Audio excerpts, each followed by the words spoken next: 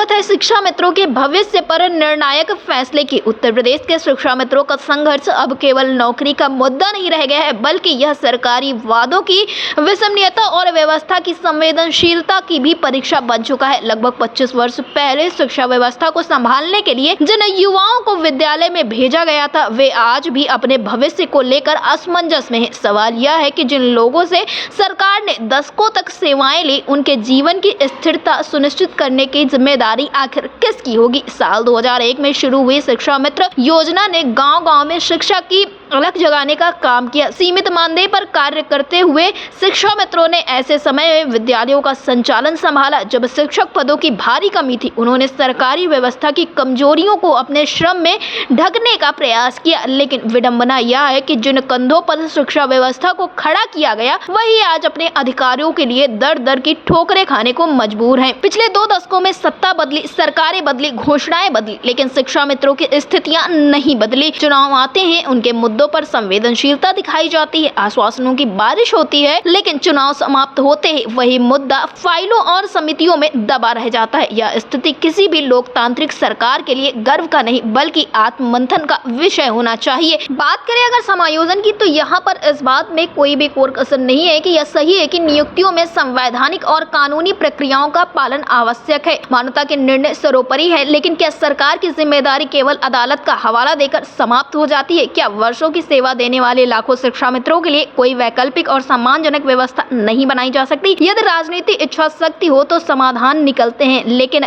जब इच्छा शक्ति की जगह केवल बयानबाजी रह जाए तो समस्याएं वर्षों तक लटकी रहते। सबसे दुखद पहलू यह है कि शिक्षा मित्रों का संघर्ष अब केवल आर्थिक नहीं, बल्कि मानसिक और सामाजिक भी हो चुका है। कई परिवारों ने अपने सपनों को अधूरा होते हुए देखा। जिन लोगों ने युवावस्था का बड़ा हिस्सा विद्यालयों में बच्चों को पढ़ाने में लगा दिया, वे आज भी अपने भविष्य की सुरक्षा को लेकर आश्वस्त नहीं है। यह स्थिति किसी संवेदनशील समाज को बेचैन करने के लिए पर्याप्त होनी चाहिए। सरकारें अक्सर शिक्षा सुधारों और मानव संसाधन विकास की बड़ी बातें करती, लेकिन शिक्षा व्यवस्था की नींव में वर्षों तक योगदान देने वाले शिक्षा मित्रों की पीड़ा को नजरअंदाज करना उन दावों को कमजोर करता है। विकास केवल भवन बनाने से नहीं होता, बल्कि उन लोगों के सम्मान से भी होता है जिन्होंने व्यवस्था को चलाने में अपना जीवन लगा दिया। इस वक्त पर उत्तर प्रदेश के शिक्षा मित्रों के लिए सबसे बड़ा फैसला लेने की बारी आ चुकी है। सरकार को इस वक्त पर शिक्षा मित्रों को लेकर कोई बड़ा फैसला लेना चाहिए, जिससे कि उत्तर प्रदेश के शिक्षा मित्रों का जीवन आसान हो सके। 25-26 वर्ष बीत चुके हैं। शिक्षा मित्र पूरे मनोयोग से विद्यालय जाकर पढ़ाने का कार्य कर रहे हैं। अपनी उम्र के तीसरे पड़ाव पे ये शिक्षा मित्र पहुंच चुके हैं, लेकिन फिर भी